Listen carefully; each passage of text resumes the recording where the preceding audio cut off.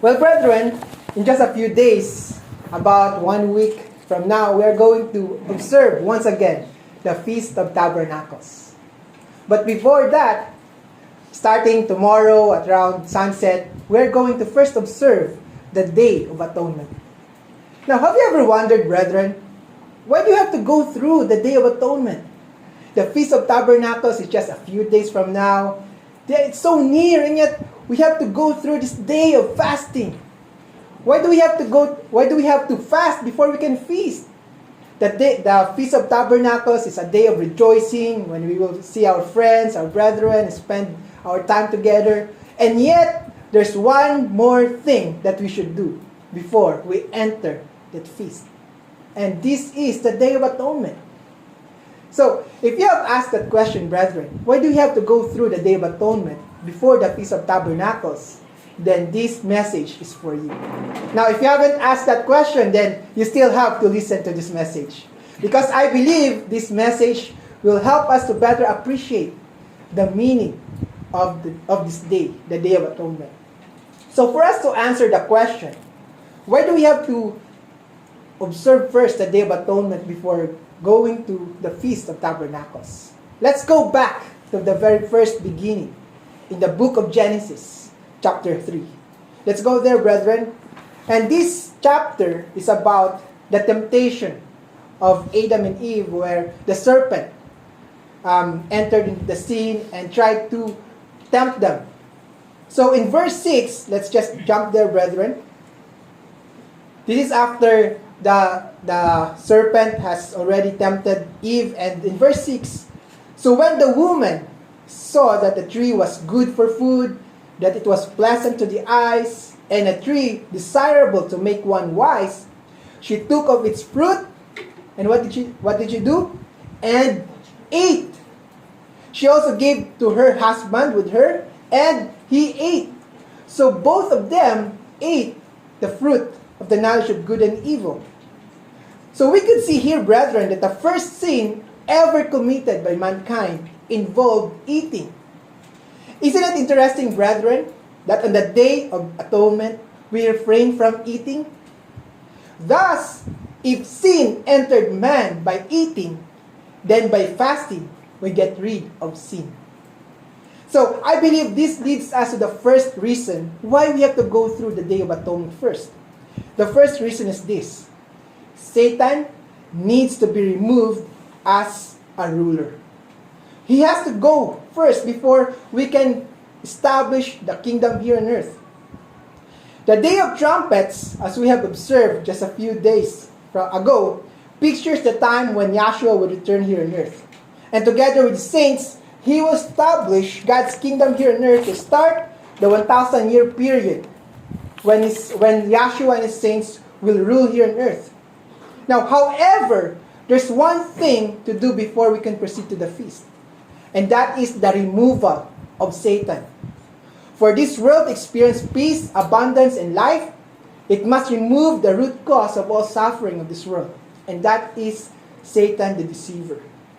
That's exactly what the Day of Atonement pictures for us. In the Bible, we read in 2 Corinthians 4 verse 4, and then Revelation 12 verse 9, it tells us that the ruler of this world, Satan, has deceived the whole world. And it is not possible for us to have an abundant and a peaceful kingdom if there are two opposing rulers. And one has to go away, and that is Satan. So that's reason number one. And reason number two, brethren, mankind must be released from Satan's slavery. Mankind must be released from Satan's slavery. You see, brethren, by the time when Adam and Eve followed Satan, they unknowingly made themselves slaves to Satan. And because of that, brethren, humanity has remained to be slave ever since. That's why the Day of Atonement also pictures a day of release. A day when this world is finally set free from Satan's evil influences. Now let's go to Leviticus 25, verses 9 to 10. How does this day related to being released from Satan? Leviticus 25, 9 verse 10 says, Then You shall cause the trumpet of the Jubilee to sound on the 10th day of the 7th month. On the day of atonement, you shall make the trumpet to sound throughout all your land. So, the Jubilee year is also related to the Day of Atonement. And you shall consecrate the 50th year. So every 50 years, there's this Jubilee year. And proclaim liberty throughout all the land to all its inhabitants. It shall be a Jubilee for you, and each of you shall return to his possession, and each of you shall return to his family. The reason our world faces financial crisis, brethren, is due to the neglect of observing the Jubilee year. Can you just imagine, brethren, if this world observes the Jubilee year? Every 50 years, the debt are cancelled, the people who are indentured are released, and they have to go back to their family. Perhaps the OFWs, our relatives going outside and abroad, they can go back because this is the year of release, the Jubilee year. If only this world observes Jubilee year, there would be a reset in our finance and our financial system. Those who are very deep in debt, they would be able to recover. And what's more, brethren, every single person would be able to experience Jubilee year because it is every 50 years. So if you live 70 years, at least you could, if you live 100 years, then you could experience this year for 2 times. And that is the wisdom of God. He wants us to have this year. And yet, because Satan is the ruler of this world, this world doesn't observe this year, the Jubilee year. But because of the Day of Atonement, brethren, this pictures the day when we are going to be released from our slavery to Satan. Just imagine the transformation of this world if they are going to follow the Jubilee year. So that's the second reason, brethren. The third reason is this. Mankind must be reconciled to God. Mankind must be reconciled to God. Now, after Satan is removed, there's another important process that should take place. The important process is also part of the Day of Atonement. So, what is this process, brethren? The process is the reconciliation of man to God.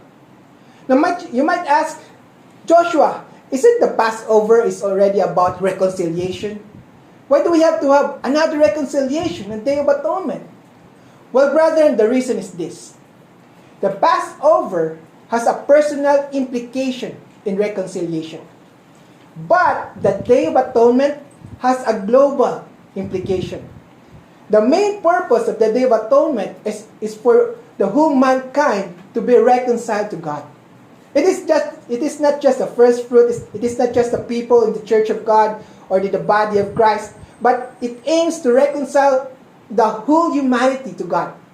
Remember, brethren, during the millennial reign, it is not only the saints who will enter that millennial reign. There will also be people who are not saved yet who will enter that year, that millennium. So this day pictures the time when mankind must be reconciled to God. And so, brethren, this is the fourth reason why we must go through the Day of Atonement first. Reason number 4, we must develop a humble attitude. We must develop a humble attitude. You see, brethren, the Day of Atonement, we observe this day by fasting, by not eating and drinking for 24 hours, from sunset to sunset.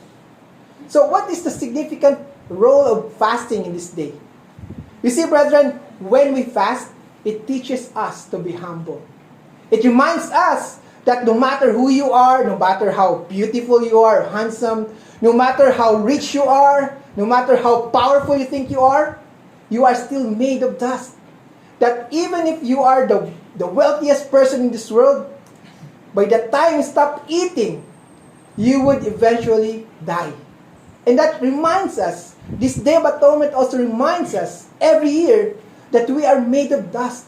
That no matter who you are still going to die. And that sets us our perspective in life.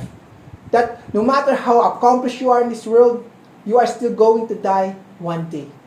And this reminds us, the Day of Atonement, brethren, by fasting, by feeling weak, we would be reminded that we are just made of dust. And this humbles us. This helps us to develop the attitude of humility.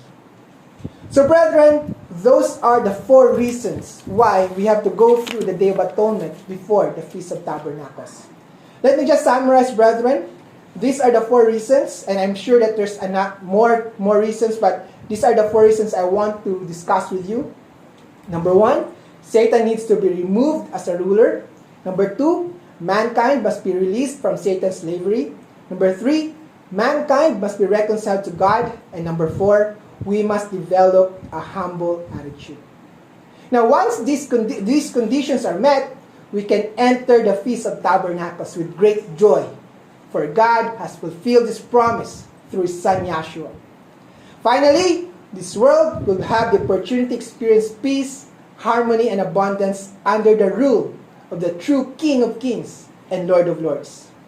With that, brethren, I hope that you have now a better understanding of the Day of Atonement. May we remember these reasons as we prepare for our fast and finally reach the Feast of Tabernacles.